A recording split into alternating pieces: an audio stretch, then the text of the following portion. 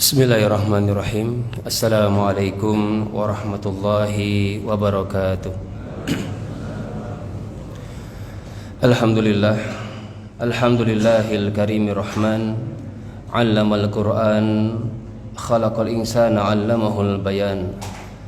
Asyhadu an la ilaha illallah wahdahu la syarikalah wa asyhadu anna Muhammadan 'abduhu wa rasuluhu fala nabiyya ba'dah. Allahumma salli wa sallim ala nabiyyina al-karim Muhammadin wa ala alihi wa ashabi ajma'in wa ba'd. Subhanaka la ilma lana illa ma 'allamtana innaka antal alimul hakim. Rabbana zidna ilma. Allahumma ati nufusana taqwaha wa zakiha anta khairu man zakaha anta waliyuha wa maulaha. Asbahna wa asbahal mulku lillah walhamdulillah la syarikalah. Asbahna ala fitratil Islam wa ala kalimatil ikhlas wa ala dini nabiyina Muhammadin sallallahu alaihi wasallam wa ala millati abina Ibrahim hanifa wa ma kana minal musyrikin. Bapak-bapak, ibu-ibu dan sahabat-sahabat jamaah subuh yang dirahmati Allah Subhanahu wa taala, bagaimana kabar pada subuh hari ini? Sehat semuanya, bahagia semuanya, semangat semuanya. Baik, insyaallah di ahad kelima bertemu dengan kami kembali dalam pembahasan tentang fikih waris. Selama ini kami sampaikan tentang ilmu ini lebih banyak kepada yang sudah meninggal, membahas yang sudah wafat. Izinkan hari ini kita akan bahas untuk kita yang masih hidup, yang kelak akan meninggal juga. Apa gelarnya? Bapak Camat calon. Baik. Merencanakan. Ibarat Bapak Ibu akan mengadakan perjalanan semisal umroh atau haji yang hanya sekitar 9-10 hari. Itu kita persiapkan dari mulai kopernya, isinya, paspornya dan lain sebagainya. Kita persiapkan dengan matang, kita rencanakan. Sudah pasti hotelnya di mana, menginap di mana, agenda apa, semua sudah dipersiapkan.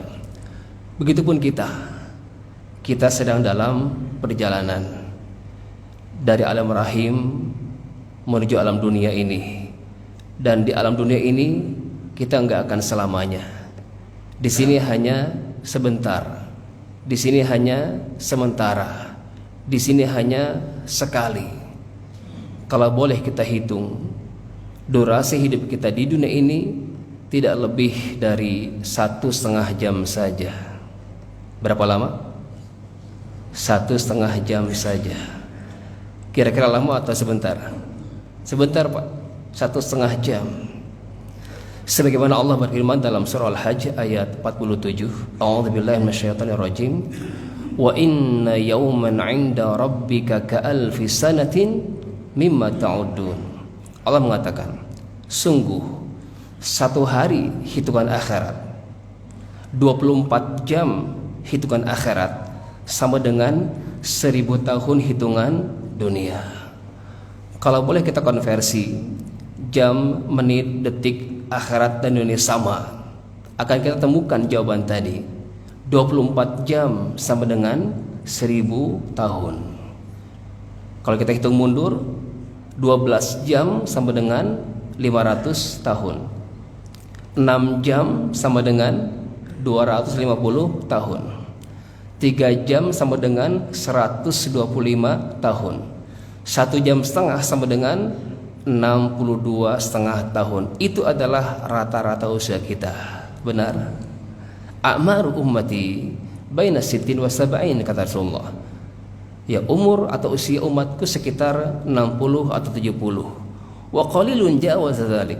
Sangat sedikit orang yang melampaui batasan tadi. Jadi hitungan akhirat, ternyata kita hidup di sini hanya 1,5 jam saja.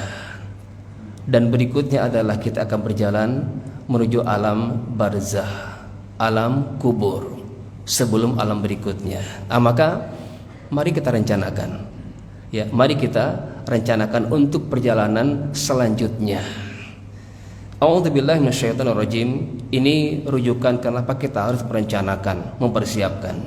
Al-Quran surah Al-Hasyr ayat 18 Allah mengatakan, Ya ayyuhalladzina amanu ittaqullah wal tanzur nafsum ma qaddamat lighad wattaqullah innallaha khabirum bima ta'malun. Pertama, Allah seru dengan seruan yang begitu indah, dan seruan ini khusus untuk umat Rasulullah SAW. Biasanya Allah memanggil umat Nabi itu dengan kaum Nabi itu, ya Bani Adam, ya kaum Nuh, ya kaum Lut, ya Bani Israel. Tapi tidak kepada umatnya Rasulullah. Allah panggil dengan ya ayyuhalladzina amanu. Siapakah yang diseru di ayat ini? Siapakah yang dipanggil ayat ini? Yang dipanggil adalah, yang diseru adalah kita. Maka Ibnu Mas'ud mengatakan, ketika melewati kalimat atau ayat ya ayyuhalladzina amanu, nidaatur rahman, panggilan Allah SWT, maka hanyutkan jiwa kita. Kitalah yang sering dipanggil ayat ini. Kitalah yang sering diseru ayat ini. Maka pasang hatinya, pasang matanya, pasang telinganya, kita yang sering dipanggil. Ya ayyuhalladzina amanu. Dan setelah kalimat nida atau panggilan ini pasti ada sesuatu yang penting. Entah itu berupa perintah untuk kita laksanakan atau sebaliknya larangan untuk kita jauhi. Di ayat ini ada perintah. Perintahnya apa? Ittaqullah. Bertakwalah kalian kepada Allah.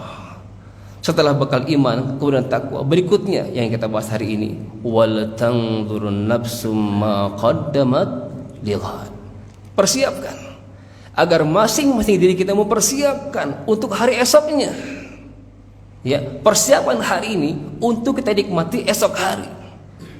Esok hari bagaimana? Tentukan hari ini, rencanakan hari ini.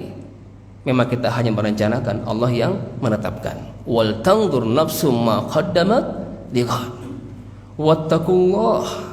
Kedua kalinya Allah perintahkan kita untuk bertakwa kepada Allah, takut kepada Allah, senantiasa merasakan diawasi oleh Allah Subhanahu wa taala. Innallaha khabirum bima ta'malun. Sungguh Allah Maha teliti.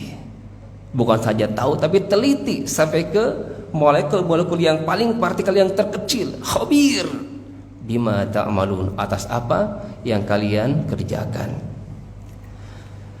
Apa yang kita rencanakan ini adalah sebuah kepastian. Kepastian yang akan kita teguk masing-masing. Kematian kita, ajal kita. A'udzubillahi minasyaitonirrajim. Kullu nafsin dha'iqatul maut. Setiap yang bernyawa itu pasti dha'iqah. Dhaqa yadhuqu dha'iqatun. Apa artinya? Meneguk, seperti ibarat minuman. Setiap yang bernyawa, kata Allah, pasti akan meneguk yang namanya kematian. Dan kematian hamba-hamba itu sudah ditetapkan Allah Subhanahu wa taala. Sejak kapan? Sejak 40 hari ketika di alam rahim ibu kita. Ditetapkan sudah turun SK-nya, surat kematian kita. Sudah menerimanya belum Pak Ibu? Belum ya, tapi sudah keluar belum SK-nya? Sudah keluar SK-nya. Ya, sudah keluar SK kita ini. Tempatnya di mana, waktunya kapan, di jam keberapa, menit keberapa, detik keberapa, sudah detail semuanya. Dan ajal kita ditetapkan, tidak bergeser. Kita lah yang sedang berjalan menuju ajal kita masing-masing. Maka mari kita persiapkan untuk sebuah kepastian ini. Wa innama tuwaffawna ujurakum yaumal qiyamah. Dan sungguh semuanya akan disempurnakan. Amal saleh sekecil apapun pasti ada balasannya. Sebaliknya pun mohon maaf, maksiat sekecil apapun pasti berbalas. Faman ya'mal mithqala dzarratin khairan yarah wa may ya'mal mithqala dzarratin syarran yarah. Kebaikan sekecil apapun Allah akan balas, begitupun kejahatan sekecil apapun Allah akan balas. Maka pertanyaannya adalah, siapakah yang akan memenangkan perlombaan sandiwara dunia ini? kita sedang dalam sandiwara dunia. Siapakah yang menang itu? Allah mengatakan di sini, "Faman zuhziha 'anil nar wa udkhilal jannah faqad faz." Ini visi misi hidup kita. Bagaimana caranya agar kita menjadi pemenang itu? Caranya adalah cari amalan yang bisa menyingkirkan faman zuhziha 'anil nar, menjauhkan kita dari api neraka, wa udkhilal jannah, dan masukkan kita ke dalam surga. Itu tugas kita. Terserah amalannya apa, cari itu. Maka mereka lah yang Allah mengatakan faz, yang telah memenangkan perlombaan dunia ini. Wa mal hayatud dunya illa mata'ul ghurur. Sungguh kehidupan dunia ini tidak lain hanya ya kesenangan semata, sementara. Baik. Dan yang kita rencanakan bukan sekedar pasti, datangnya pun mendadak tiba-tiba. Tidak ada pemberitahuan sebelumnya. Kalau mau umroh kan sudah ada pengumuman ya sebelumnya itu. Sudah jelas tanggalnya, tahu, di reminder oleh panitianya. Tapi kematian kita apakah ada reminder sebelumnya? Tidak ada. Maka Rasulullah mengatakan, aksiru dzikra hadimil ladzat, perbanyaklah mengingat pemutus kenikmatan. Apa itu? Kematian kita. Kenapa kita masih malas beribadah? Kenapa kita tidak semangat ibadah? Karena apa? Kita, mohon maaf, sedikit mengingat kematian. Sebaliknya kalau kita mengingat kematian itu banyak sekali, insyaallah. Subuh hari ini pun kita berikan yang terbaik, karena tahu bisa jadi subuh hari ini adalah subuh yang terakhir. Maka kita berikan subuh yang terbaik yang kita miliki. Sedekah yang kita keluarkan, kalau kita yakin itu sedekah yang terakhir, maka berikan yang terbaik untuk sedekah itu. Allahu Akbar. Sampai Rasul mengatakan di sini, badiru bil a'malis sab'ah. Ya, perbanyaklah beramal. Perbanyaklah amal soleh sebelum datang yang 7. Di antaranya adalah mautan mujhiza, kematian yang datang secara mendadak. Ada yang siap hari ini? Dari segi usia, jamaah di sini sudah kecium baunya. Bau apa kira-kira Pak? Hah? Bukan bau tanah, bau surga. Allahu Akbar. Yuk siap-siap. Ya kita nggak tahu. Hampir ada ya di masjid kita ini, ya Pak Haji ya. Hampir sebulan tuh ada 2, 3 atau 4 yang kita salatkan. Maka ini pengingat kita sebenarnya itu luar biasa.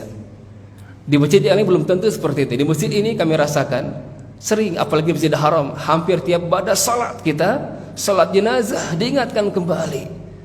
Suatu saat kita akan disalatkan juga. Badiru bil a'mal, perbanyak, segera beramal, karena kematian datang secara mendadak. Apa yang kita rencanakan? Apa yang kita persiapkan? Baik, yang pertama adalah tolong catat dan saksikan dan sampaikan kepada keluarga kita masing-masing, kepada pasangannya, kepada anak-anaknya, apa yang kita rencanakan hari ini untuk esok hari. Ya, sebenarnya materi ini adalah program baru dari lembaga yang saya pimpin, Syariah Waris Center. Selama ini kami hanya mengeluarkan surat namanya SPHW, Surat Penetapan Hak Waris.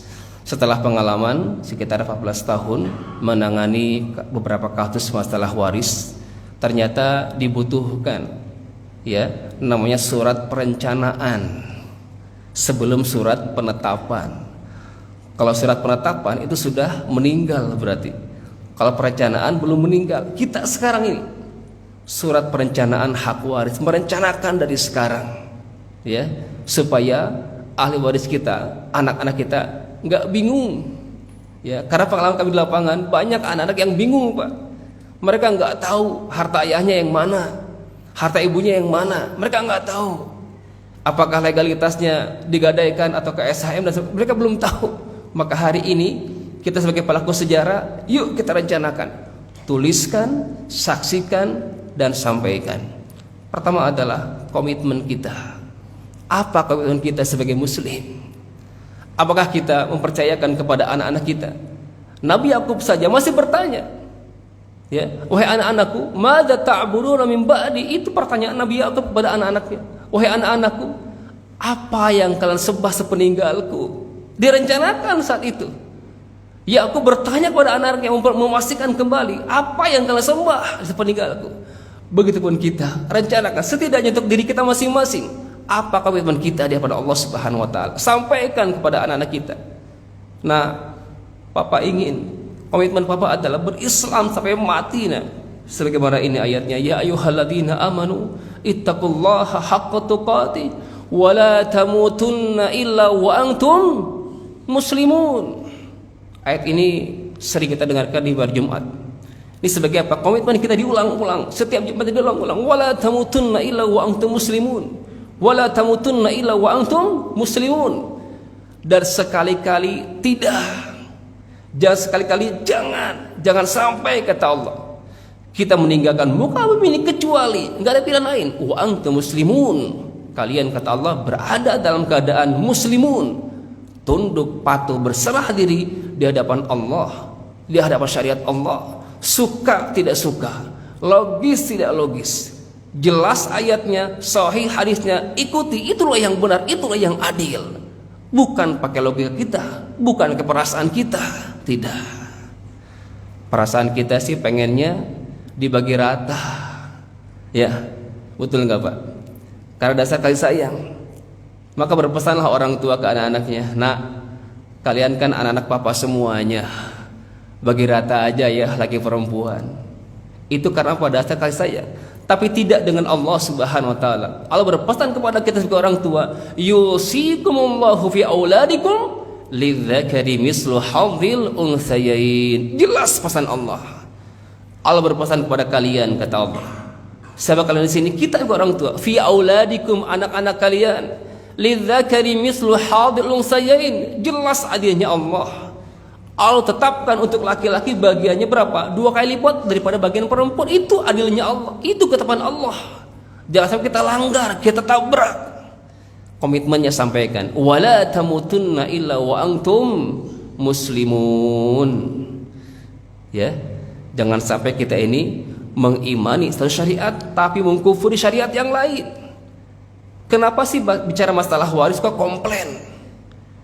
Salat subuh 2 rakaat, zuhur 4 rakaat, asar 4 rakaat, maghrib 3, isya 3. Komplain nggak Pak? Nggak komplain. Tapi kenapa kita bicara masalah harta? Mentang-mentang mungkin menolak perasaannya kita yang mengumpulkan. Betul, Bapak yang capek, Ibu yang capek, tapi tetap Allah yang mengendalikan harta itu. Wa atu mimmalillah, harta Allah, titipan Allah. Maka serahkan kepada yang maha adil itu, yang menetapkan itu. Innallaha kana aliman hakimah. Sungguh Allah maha mengetahui, maha bijaksana. Itu bijaknya Allah Subhanahu wa taala. Maka ikuti, insya Allah berkah, insya Allah tentram, insya Allah adil. Enggak akan ada percekcokan. Justru pesan orang yang sah inilah yang membuat ya perselisihan di antara anak-anak kita nanti. Kata mama bagi rata, kata papa bagi rata, kata Allah. Nah, pesan siapa yang kita dengar? Jangan mewariskan keambiguan kepada anak-anak kita. Sampaikan komitmennya. Wala tamutunna illa wa antum muslimun. Sebagai warga negara pun insyaallah sudah ada perlindungan hukum dalam Undang-Undang Dasar tahun 45 pasal 29 ayat 1 dan 2 jelas dilindungi komitmen kita. Wala tamutunna illa wa antum muslimun, berislam sampai mati. Siapa Pak Ibu? Apa komitmennya? Berislam sampai mati. Jangan sampai tergambar dalam sebuah keterangan ada seorang hamba Allah yang selama 70 tahun kelihatannya ahli ibadah, ahli tahajud, ahli sedekah, ahli tilawatil Quran, khatam berkali-kali, tapi di ujung hayatnya curang dalam harta waris dan wasiatnya. Ujungnya adalah dakhalan nar, dimasukkan ke dalam api neraka hamba tadi. Tapi ada hamba Allah yang selama 70 tahun dia mohon maaf bermaksiat, ya. Tapi di ujung hayatnya dia bertaubat. Allah berikan hidayah. Di antaranya adalah berbuat adil dalam syariat waris dan wasiatnya. Ia jalankan perintah Allah Subhanahu wa taala, maka ujung hayatnya adalah dakhalal jannah, dimasukkan ke dalam surga Allah Subhanahu wa taala. Karena mohon maaf, hanya ada 2 pilihan. Enggak ada lain. Hanya ada dua pilihan saja. Dan tentukan hari ini pilihannya apa. Apakah memilih jalan ketaatan ataukah jalan kedurhakaan? Itu saja. A'udzubillahi minasyaitonirrajim. An-Nisa ayat 13 dan 14. Tilka hududullah. Itulah undang-undang Allah. Itulah syariat Allah. Itulah aturan Allah. Maka ketika Allah turunkan syariat ini, maka manusia itu terbagi ke dalam dua golongan. Ada yang mentaatinya, ada yang mendurhakainya. Kita pilih jalan di mana. Sampaikan hari ini kepada anak-anak kita. Wa may yuti'illaha wa rasulahu yudkhilhu jannatin tajri min tahtihal anhar khalidina fiha wa dzalikal fawzul 'adzim. Perhatikan ayat ini. Luar biasa, ya. Barang siapa yang mentaati satu orang, Pak. Di sini mufrad, satu orang. Wa man, siapa saja satu orang. Yuti'illaha, mentaati Allah dan Rasulnya. Yudkhilhu, Allah masukkan hamba satu orang tadi jannatin. Jannat itu jamak dari jannatun, surga. Jannati berarti surga-surga. Satu orang yang mentaati aturan ini, Allah siapkan surga-surga yang begitu banyak. Silakan pilih yang mana. Mau surga apa? Silakan pilih. Asal taat itu saja. Tapi luar biasa di lapangan, ya kita temukan sebaliknya. Benar kata Rasulullah, huffatil jannatu bil makarih wa huffatin nar bisyahawat, kata beliau. Surga itu dibungkus dengan hal-hal yang tidak kita sukai. Betul enggak, Pak? Tahajud suka enggak? Enggak suka. Sedekah suka enggak? Enggak suka. Jamaah salat suka enggak? Enggak suka, itu aslinya itu. Ya, huffatil jannatu bil makarih. Tidak kita nikmati, tidak kita sukai. Tapi sebaliknya, wa huffatin nar bisyahawat. Neraka itu diselimuti dengan sesuatu yang enak, yang nikmat kelihatannya. Maka di sini barang siapa mentaati Allah dan Rasulnya, yudkhilhu jannat, diberikan fasilitas surga-surga itu. Tajri min tahtil anhar khalidina. Perhatikan di sini, tadi yang taat berapa orang? Satu orang. Tapi mereka, kenapa mereka di sini? Kenapa? Ketaatan seorang tadi bisa membawa yang lainnya. Terbawa pasangannya, Pak. Terbawa anak-anak kita masuk surga sekeluarga. Allahu Akbar. Terupgrade surga anak kita ini. Terupgrade surga pasangan kita ini. Khalidina, mereka kekal di dalamnya. Wa dzalikal fawzul 'adzim. Itu adalah kemenangan yang agung. Tapi sebaliknya, mohon maaf, jika ini pilihannya, naudzubillah. Wa may ya'sillah, barang siapa yang mendurhakai Allah dan Rasulnya, dan durhakanya hamba kepada Allah dan Rasulnya adalah yata'adda hududah, melampaui batasan yang telah Allah gariskan, merubah, menambah-nambah, mengurang-urang. Yata'adda hududah, menabrak batasan tadi, melanggarnya. Maka perhatikan ayatnya, yudkhilhu naron, Allah masukkan hamba tadi ke dalam neraka. Nerakanya berapa? Satu. Kalau tadi berapa surganya? Banyak. Itu, Pak. Kalau taat, Allah berikan apa? Surga yang banyak. Kalau durhaka, nerakanya satu. Pilih yang mana? Yang banyak atau yang satu ini? Khalidan, sendirian dia, nggak ngajak yang lain. Ya. Karena konsepnya adalah wala taziru waziratun wizra ukhra. Masing-masing kita tidak menanggung dosa yang lain. Suami bermaksiat tanggung sendiri itu. Ayah bermaksiat tanggung sendiri. Enggak diajak tuh pasangannya, enggak diajak tuh anak-anaknya. Ketika ia bermaksiat, khalidan, sendirian dia. Kekal dalam sendirian. Ya, walahu azabun muhin, dan ia mendapatkan azab yang sangat menghinakan. Maka mohon sampaikan, apa komitmen kita? Wala tamutunna illa wa antum muslimun, berislam sampai mati. Baik, ini yang pertama. Yang kedua, rencanakan tentang apa? Pengurusan jenazah. Sudah tahu belum nanti siapakah yang akan menanggalkan pakaian ini? Siapakah yang akan memandikan jenazah yang terbujur kaku ini? Siapakah nanti akan mengkafankan tubuh ini? Siapakah nanti akan mensolatkan tubuh ini, jenazah ini, dan siapakah yang akan menguburkan jenazah ini? Sudahkah kita merencanakannya? Yang pasti mereka yang memandikan kita, yang mensalatkan kita, yang mendoakan kita, yang menguburkan kita adalah orang-orang yang selama ini mencintai kita.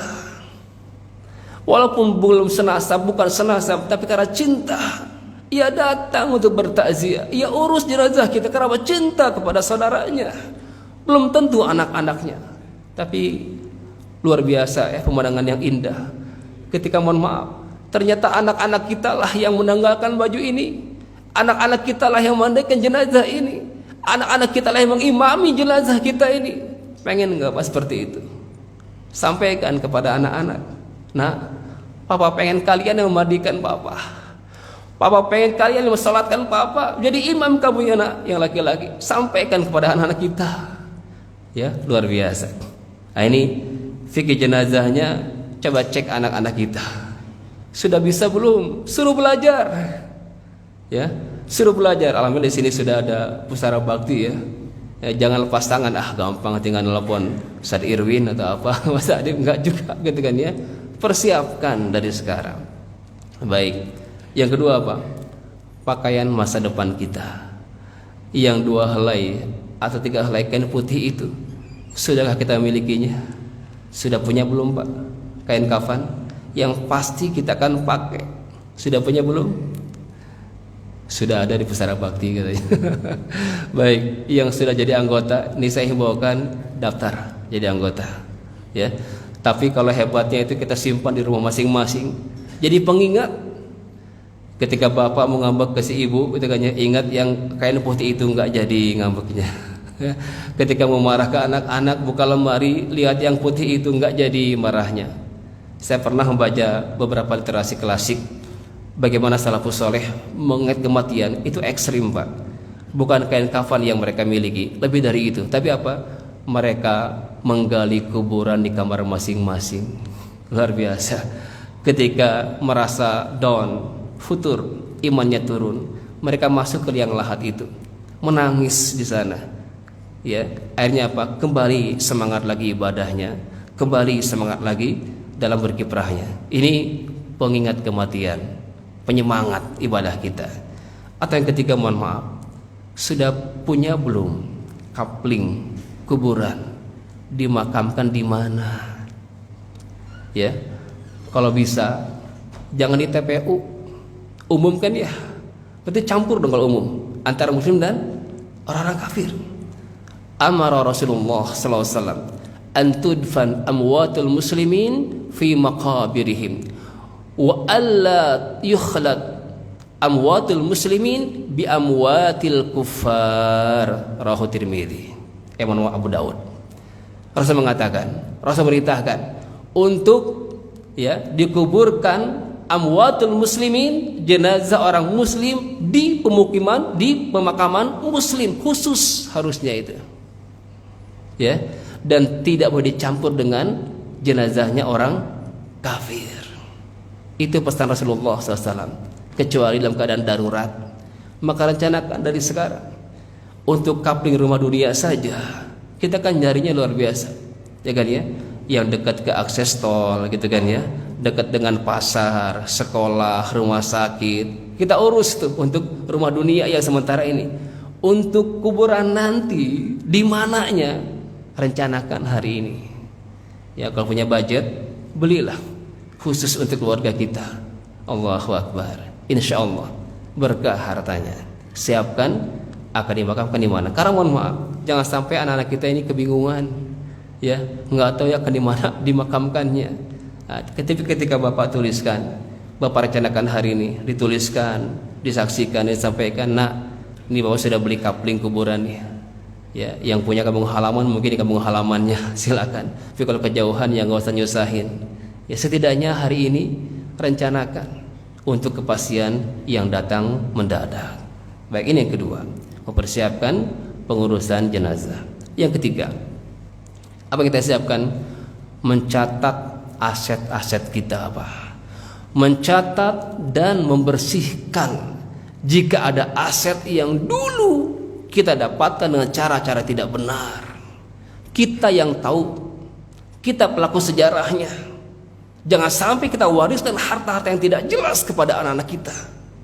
Segera taubat Bapak Ibu, segera bersihkan, catat dan bersihkan. Karena mohon maaf, bisa jadi kenapa munajat kita, doa-doa kita terhambat, terganjal, bisa jadi karena harta haram yang selama ini masih kita pakai. Disebutkan dalam sebuah keterangan, Rasul menggambarkan ada seorang pengembara dengan baju terbang-camping, muka yang kusut, angkatan ke arah langit. Saya berkata, ya Rob, ya Rob. Benar adab doanya. Bahkan ia pilih tempat yang mustajab, waktunya mustajab. Tapi Rasul respon dengan apa? Anna yustajabu lidzalik. Bagaimana bisa diijabah doa-doamu? Pas dicek orang tadi ternyata wa mat'amuhu haram, wa mashrabuhu haram, wa malbasu haram, wa ghudhabil haram. Ternyata makanannya, minumannya, pakaiannya, kendaraannya, rumahnya, perhiasannya dihasilkan dengan cara-cara tidak benar. Anna yustajabu lidzalik. Bagaimana bisa diijabah doa-doa kita? Mumpung masih hidup dan kita tahu historis aset tersebut, maka catat dan bersihkan jika ada kotoran-kotoran itu. Siap Bapak Ibu? Baik. Apa yang kita catat? Ada 3 kategori. Ini biar jelas. Jadi Islam itu meminta kita untuk jelas. Pertama, catat jika ada aset bawaan yang kita bawa sebelum menikah dan sampai hari ini masih ada yang kita bawa itu. Milik siapa itu? Milik masing-masing. Terlebih lagi mohon maaf, sangat ditekankan sekali kepada Bapak Ibu yang mohon maaf sekali belum punya keturunan. Tolong catat asetnya, karena akan bocor kemana-mana apa. Ketika bapak yang wafat, maka warisannya kepada keluarga bapak. Ketika ibu yang wafat, keluarga ibu. Maka pisahkan mana aset ayah, mana aset ibu, jelas dari sekarang. Atau bagi bapak ibu yang mohon maaf masih belum punya anak laki-laki, perempuan semuanya, itu pun masih bocor. Karena anak perempuan kita maksimal kalau banyakkan 2/3, sisanya untuk keluarga masing-masing. Maka tolong pisahkan mana aset suami. Karena ketika suami itu wafat, maka sisanya kepada kerabat suami itu. Nah, jelas dari sekarang mana aset ayah, mana aset ibu, mana aset suami, mana aset istri. Ini yang pertama, aset bawaan yang kita bawa sebelum menikah, itu milik masing-masing. Tapi mohon maaf, apa yang kita bawa hari ini dan besok meninggal, maka ujung harta bawaan tadi adalah akan kita wariskan. Setelah bapak sedekah atau wakaf, maka sisanya adalah akan kita wariskan. Atau yang kedua, aset dapatan yang kita peroleh dari hadiah, dari hibah, dari warisan orang tua masing-masing. Itu milik siapa? Milik masing-masing. Milik suami, milik istri. Itu kan ya? Milik masing-masing itu. Dan hari ini masih ada, tolong catat. Misalkan dapat sawah, itu kan ya, di kampungnya. Bapak dapat sawah, warisan dari orang tuanya. Catat. Itu punya siapa? Punya bapak sebagai suami. Ibu dapat apa? Perhiasan misalkan ya. Catat Bu, itu perhiasan ibu pribadi, mutlak milik masing-masing. Tapi mohon maaf, yang kita dapatkan pun, yang kita peroleh pun, ujungnya akan kita wariskan. Analisa kami di lapangan sering dipahami, ya kalau sudah nikah milik bareng-bareng. Betul nggak Pak? Ya, ternyata memang ada pasalnya. Saya coba komparasikan. Saya temukan di Undang-Undang Perkawinan nomor 1 tahun 74 dan KHI. Ini nadanya agak sama. Dan kita komparasikan dengan fikih klasiknya. Baik, pasal 35 tentang harta perkawinan. Ini yang selama ini dipahami oleh masyarakat umum. Harta benda yang diperoleh selama perkawinan menjadi harta bersama. Ya, mohon jangan hanya baca ayat 1 saja. Itu enggak mutlak seluruhnya. Jadi perkawinan itu tidak menyebabkan kepemilikan. Mentang-mentang nikah jadi milik bareng, enggak juga, enggak semuanya. Gitu kan ya. Baik. Yang ayat keduanya dirincikan harta bawaan dari masing-masing suami dan istri serta harta benda yang diperoleh, harta perolehan atau dapatan oleh masing-masing sebagai hadiah atau warisan adalah di bawah penguasaan masing-masing. Tuh kan? Ini pasalnya pun jelas. Jadi yang bapak bawa, yang ibu bawa, yang bapak dapatkan, yang bapak peroleh, itu milik siapa? Milik masing-masing, tidak milik bersama gara-gara pernikahan. Nah, maka tolong catat, ya. Nah, bedanya nanti ketika harta bersama, di sini pun ada tambahan pasal ya dalam KHI. Kalau tadi di pengadilan negeri, kalau ini di pengadilan agama, ya. Kami temukan di Kompilasi Hukum Islam di KHI pasal 85. Disebutkan di sini harta benda yang diperoleh selama perkawinan menjadi harta bersama. Oke, sama ya. Tapi ada tambahan tanpa mempersoalkan terdaftar atas nama siapa. Nah, jadi pasal ini boleh nggak kita pakai? Bisa. Ya, ketika tidak dapatkan dalam syariat, nggak ada Qur'annya, nggak ada hadisnya, maka al-adah muhakkamah, adat bisa jadi hukum. Pasal diantaranya yang disepakati oleh masyarakat saat itu bisa jadi hukum. Maka patokannya adalah bukan atas nama di sertifikat. Maka hari ini tolong sampaikan, rumah sertifikat atas nama ibu, tapi milik siapa? Ya, oh ternyata milik barang-barang, itu numpang nama. Itu kan numpang nama. Kendaraan SNK atas nama siapa? Atas nama bapak.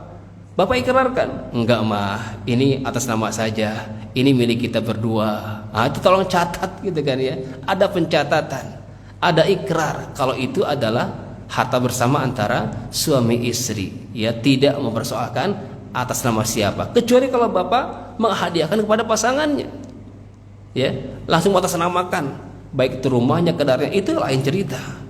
Tapi tidak ada akad hibah atau hadiah, berarti ya tolong catat ini apa akadnya. Jelas ada pemisahan aset antara pasangan tadi.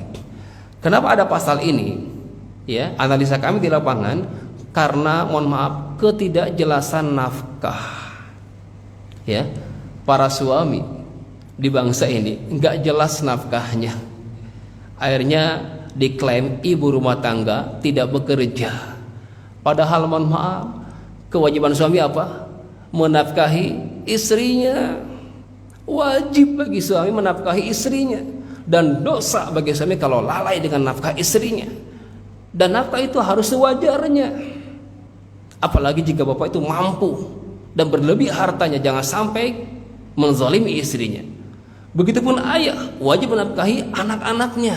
Nah, di sini ada hak, ada kewajiban. Namun bicara masalah aset, kalau kita lihat ayatnya di surah An-Nisa ayat ke-32 mengatakan wala tatamannaw ma faddalallahu bihi ba'dakum 'ala ba'd lirrijali nasibum mimma iktasabu walin nisa'i nasibum mimma iktasaban. Kembali kepada porsi kontribusi masing-masing. Ya, kontribusi enggak mesti berupa materi. Jasa pun bisa dilihat sebagai kontribusi. Contoh yang pernah kami tangani, ada seorang suami hakim, gaji bulanannya diserahkan ke istrinya, rata-rata kayak gitu ya Pak ya. Nah, istrinya cerdas ini, ya diatur sama istrinya itu, uang listrik, ya uang PDAM, uang telepon, kalau dulu ya ada teleponnya, sekarang wifi mungkin ya, atau uang jajan anak-anak, gitu kan ya, uang dapur, uang belanja, dipisahkan semuanya, masih ada sisa, dikumpulin. Dibangunkan kontrakan. Si ibu tadi yang jadi mandor, suami itu nggak tahu apa-apa, dia kerja jadi kehakiman. Ya, ibu itu yang gerak sendiri. Ya, jadi mandornya. Udah jadi kontrakannya, ia manage keuangan dan sebagainya, gitu kan ya. Ketika meninggal suami itu, kata anak-anaknya, mah kontrakan itu punya papa, karena mah nggak bekerja. Adil nggak kira-kira? Kontribusi kan tadi. Kontribusi kan ya. Wa allaisa lil insani illa ma sa'a wa anna sa'yahu sawfa yurah. Ya, kontribusi itu enggak mesti butuh materi. Istri kita yang ngurus, gitu kan ya, yang mendidik, dan seharusnya kita layak menafkahi itu sewajarnya, selayaknya. Maka di sini kembali tolong catat kira-kira berapa sepakatnya jika ada harta kongsi antara suami istri di luar harta bawaan dan harta dapatan. Rumah hari ini yang bapak tempati, itu kategorinya apa? Apakah harta bawaan, harta dapatan, ataukah harta bersama? Kalau harta bersama, coba musyawarahkan berapa kongsi masing-masing. Tidak mesti 50-50, kembali kepada historis aset. Ya, baik, ini diperjelas dari sekarang. Ya, apalagi tadi yang belum punya keturunan, yang masih punya anak perempuan saja, bocornya akan keluar masing-masing, maka tercatat mana aset kita masing-masing, jelas. Kalau bisa juga rapikan dokumentasinya, Pak. Ya, legalitasnya, apakah ini sudah SHM, apakah masih HGB, apakah masih girik dan sebagainya. Kalau bisa rapikan dari sekarang dokumentasinya, supaya anak-anak kita nggak bingung nyarinya di mana, nggak taunya disekolahin di bank, gitu kan ya. Sampaikan nggak apa-apa, ya kan ya. Nah, sertifikat tanah yang di sana bapak sekolahin di bank ya, ya sampaikan, ya. Baik, ini yang ketiga, tolong catat dan bersihkan aset-asetnya. Jelas mana aset ayah, mana aset ibu. Jika ada kongsi, jelas berapa kontribusi masing-masing. Ada kesepakatan, silakan. Yang keempat, mohon ya, ini jangan luput juga mencatat hutang piutang. Kalau bisa, Pak, semasa hidup hutangnya segera dilunasi. Kalau belum mampu, maka tolong catat. Ini bukan aib. Tolong catat hutangnya. Kalau piutang jadi objek waris, nanti kita tagihkan. Hutang ini, ya. Perintah mencatat hutang itu Allah sampaikan di ayat yang terpanjang dalam Quran, Al-Baqarah 282. Paling panjang, Pak, sehalaman. Bicara apa? Tulis. Ya, ya ayyuhalladzina amanu idza tadayantum bidainin ila ajalin musamma faktubuhu. Tulis, kata Allah. Bukan aib ini. Tolong tulis, gitu kan. Karena jangan sampai kita meninggal, hutang-hutang kita ini terkatung-katung. Sampai Rasul mengatakan nafsul mu'min mu'allakun bidainihi hatta yuqda anhu. Ruhnya orang beriman belum tenang sampai hutangnya dilunaskan. Maka tolong, Pak, tuliskan hutang-hutang kita biar anak kita jelas kemana hutang ayahnya, kemana hutang ibunya. Kalau nggak ada catatan, bingung mereka. Maka yang punya hutang tolong lunasi segera jika ada budgetnya. Kalau belum ada, tolong tuliskan, ya. Atau pesan, nah, Papa punya hutang, tolong kalau Papa meninggal nanti jual aset itu untuk bayar hutang Papa. Sampaikan dari sekarang, jelas, jangan ditutup-tutupi, ya. Karena mohon maaf sekali, dalam keterangan hadis yang panjang ini, sampai Rasul pun enggan mensolatkan jenazah yang masih ada hutangnya. Bayangkan, Rasul nggak mau. Berat, Bapak, berat, Bu. Dalam hadis ini disebutkan ada 3 jenazah yang dihadapkan kepada Rasulullah SAW. Jenazah yang pertama, Rasul nanya, ada hutangnya enggak? Enggak ada. Rasul salatkan jenazah tadi karena enggak ada hutangnya. Mau beliau. Jenazah yang kedua, ditanya lagi, ada hutangnya enggak? Ada. Ada hartanya enggak? Ada. Tolong bayarin ya hutangnya di harta tadi. Oke, keluarganya sanggup, gitu kan ya. Beliau sanggup mau mensalatkan jenazah tadi karena ada jaminan. Yang ketiga, jenazah di waktu yang lain, di waktu berbeda, dihadapkan kembali kepada Rasulullah. Dan Rasul tanya, ada hutangnya enggak? Ada. Ada hartanya enggak? Enggak ada. Silakan salatkan kepada jenazah ini. Rasul enggak mau. Sholli ala sahibikum, kata beliau. Silakan salatkan jenazah ini oleh kalian. Enggak mau Rasulullah. Enggan mensalatkan jenazah yang masih ada hutangnya. Sampai sahabat Abu Qatadah mengatakan, "Ya Rasulullah, sholli ala hadil jenazah dan saya akan bayar hutangnya." Beliau menjamin, Pak. Akhirnya Rasul mau mensalatkan jenazah tadi karena ada penjaminnya. Jadi kalau bisa, Pak, sunnahnya sebelum disolatkan hutang-hutang terlunaskan. Enggak cukup pengumuman. Ini budaya kita ini masih di pengumuman. Tapi tolong, dengan ahli waris harus segera gerak cepat.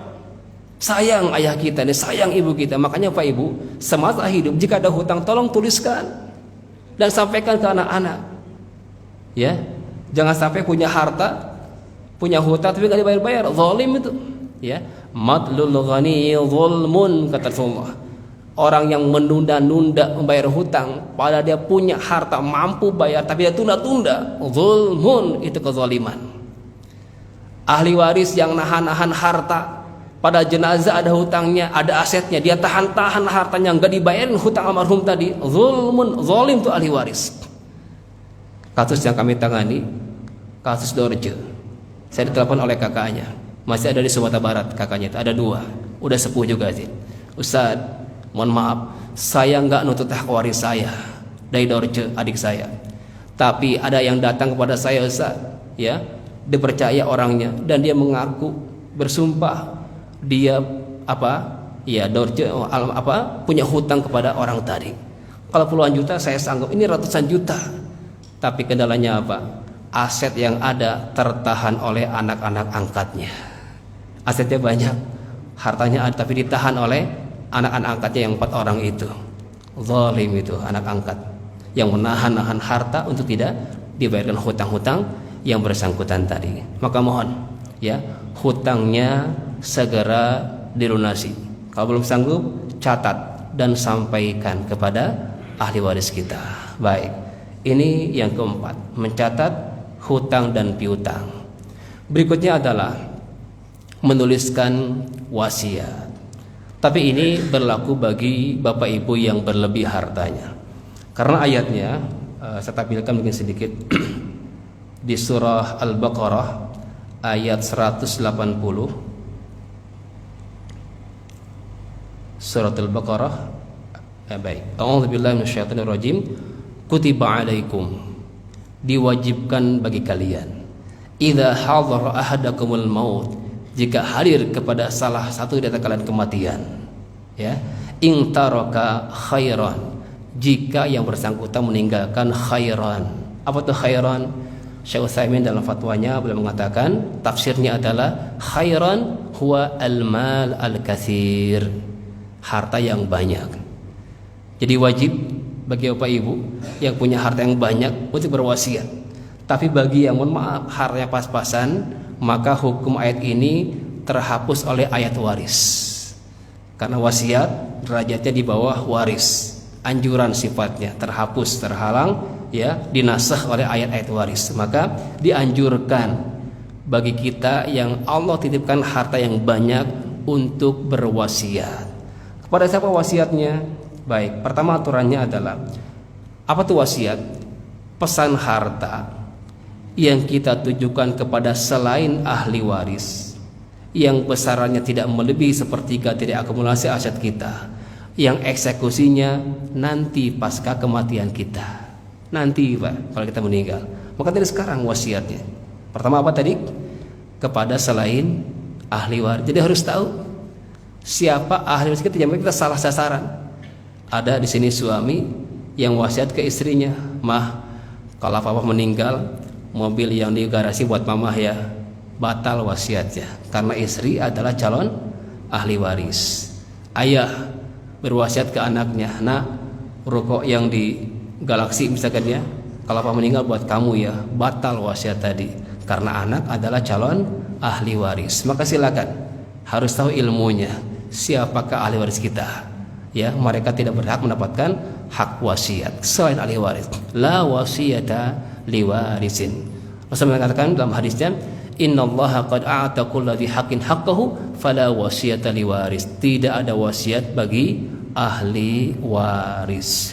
Tapi ada hadis tambahan, illa ayyashal warasah, kecuali jika seluruh ahli waris menyetujuinya, itu baru boleh. Misalkan bapak wasiat ke si bungsu, ya, kan anak kita juga kan, tapi itu kan ahli waris. Tapi itu bisa berlaku wasiat tadi jika semua ahli waris yang ada ini menyetujuinya.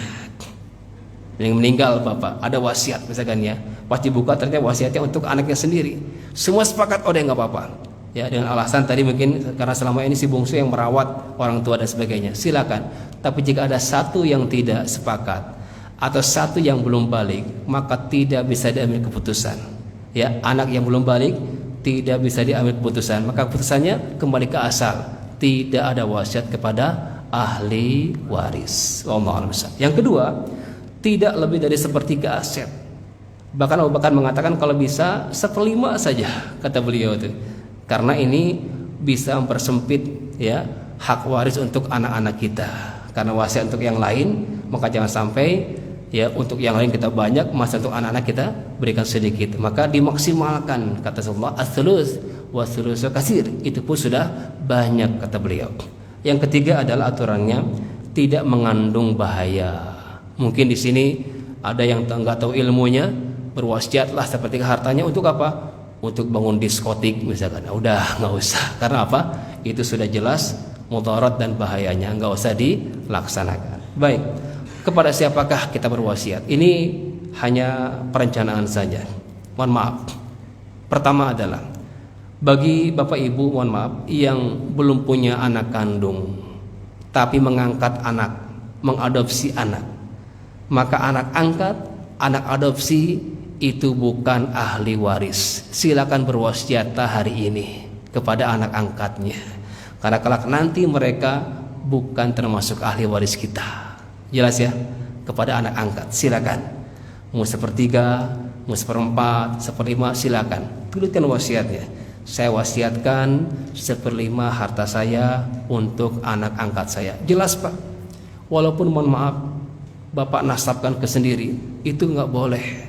Ada akta kelahirannya saat ini, gitu kan ya. Tetap nggak boleh menasabkan anak yang sudah ada nasabnya. Kecuali kalau Bapak menemukan anak temuan, itu lain cerita. Kalau jelas nasabnya, diambil di kakaknya atau ponakan sepupunya, jelaskan nasabnya, tidak boleh menasabkan kepada orang yang sudah ada nasabnya. Itu anak angkat kita, adopsi kita, nggak ada hak warisnya. Maka silakan berwasiat kepada anak adopsinya. Baik, itu pertama. Yang kedua, wasiat untuk siapa? Anak hasil zina.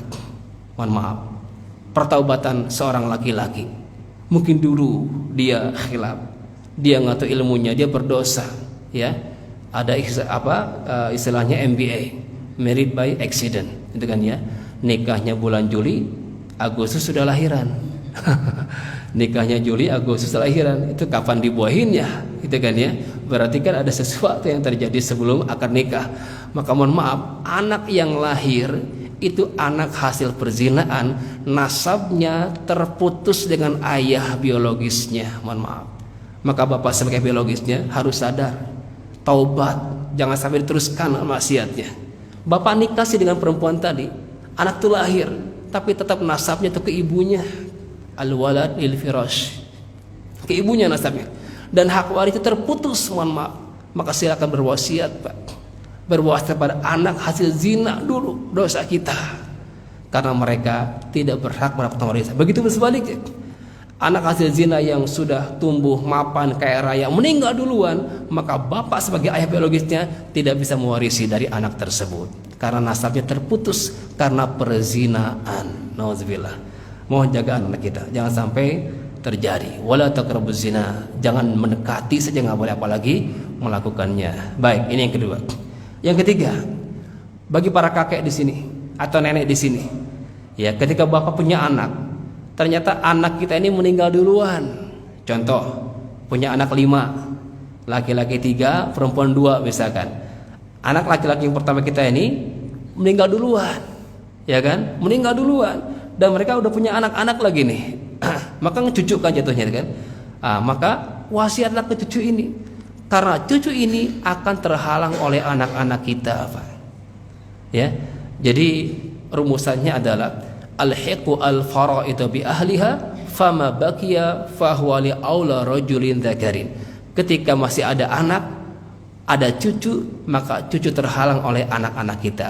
Maka berwasiatlah. Selagi Bapak masih hidup hari ini dan punya kasus yang kayak tadi persis mirip, berwasiatlah, karena cucu-cucu dari anak Bapak yang meninggal tadi terhalang oleh anak-anak kita yang masih hidup saat Bapak meninggal nanti. Berwasiatlah. Dari sekarang kita rencanakan, sudah tahu ilmunya. Karena mohon maaf, di lapangan banyak yang terjadi seperti itu. Kaget si ibunya, hah? Berarti anak saya udah meninggal tuh nggak ada warisan? Iya. Karena aturannya ahli waris adalah, disebut ahli waris itu hidup saat waris meninggal. Kalau anak tadi meninggal duluan, iya, tercabut hak warisnya. Karena syaratnya adalah hidup saat waris meninggal. Cucu nggak bisa gantiin.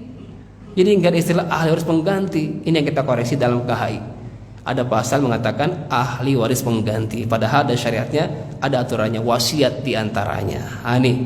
Jadi tolong Bapak Ibu yang ada status seperti ini, berwasiatlah kepada cucu-cucu kita yang bapak mereka atau ibu mereka itu anak-anak kita meninggal terlebih dahulu. Baik. Yang berikutnya adalah jika bapak hendak berwasiat pada kerabat. Udah punya anak laki-laki nih, tapi pengen ngasih ke kerabat, ke saudaranya, ponakannya, pamannya. Kalau udah punya laki-laki kan mereka terhalang. Itu kan laki-laki itu menutup harta kita nih, closing. Ya kan? Saudara kita nggak dapat. Ponakan apalagi, paman pun apalagi jauh gitu nggak dapat, terhalang oleh anak laki-laki kita. Tapi kalau bapak mau ngasih pada mereka nanti bisa jalur wasiat. Ayat tadi sama, ya kan ya? Kutiba alaikum idza hadara ahadakumul maut in taraka khairanil wasiyatu lil walidaini wal aqrabin, dan kerabat-kerabat boleh berwasiat pada mereka jika mereka dalam keadaan terhalang oleh anak-anak kita. Baik, ini saran saja ya, saran kepada siapakah kita berwasiat. Tapi ingat tadi ya, dengan catatan taraka khairan, meninggalkan harta yang banyak. Tapi kalau hartanya hanya segitu-gitunya saja, maka silakan peruntukan untuk ahli waris kita saja, karena mereka lebih berhak dibanding selain ahli waris itu. Baik, ini untuk wasiatnya. Terakhir adalah merencanakan warisnya. Nah, jadi harus tahu siapakah kelak nanti yang akan mewarisi kita. Insya Allah ini materi berikutnya kita akan masuk, gitu kan ya, siapa ahli warisnya dan berapa masing-masing hak bagiannya. 6 poin ini sebenarnya sudah kami siapkan Google Form-nya bagi Bapak Ibu yang merencanakan, serius untuk merencanakan. Perencanaan ini insya Allah kita akan bantu ya, komitmennya apa, asetnya, jenazahnya akan dibagaimanakan, gitu kan ya. Kita akan bantu sampai warisannya kita hitungkan. Siapakah calon ahli waris kita dan berapa masing-masing hak bagian tersebut. Wallahu a'lam bishawab. Baik, itu mungkin yang bisa kami sampaikan. Mudah-mudahan Allah Subhanahu wa taala mengumpulkan kita menjadi hamba-hamba yang mendapatkan gelar husnul khatimah. Amin ya Allah ya rabbal alamin. Kita tutup dengan doa kafaratul majelis. Subhanakallahumma wa bihamdika asyhadu an la ilaha illa anta astaghfiruka wa atubu ilaik. Mohon maaf akhirul kalam. Assalamualaikum warahmatullahi wabarakatuh.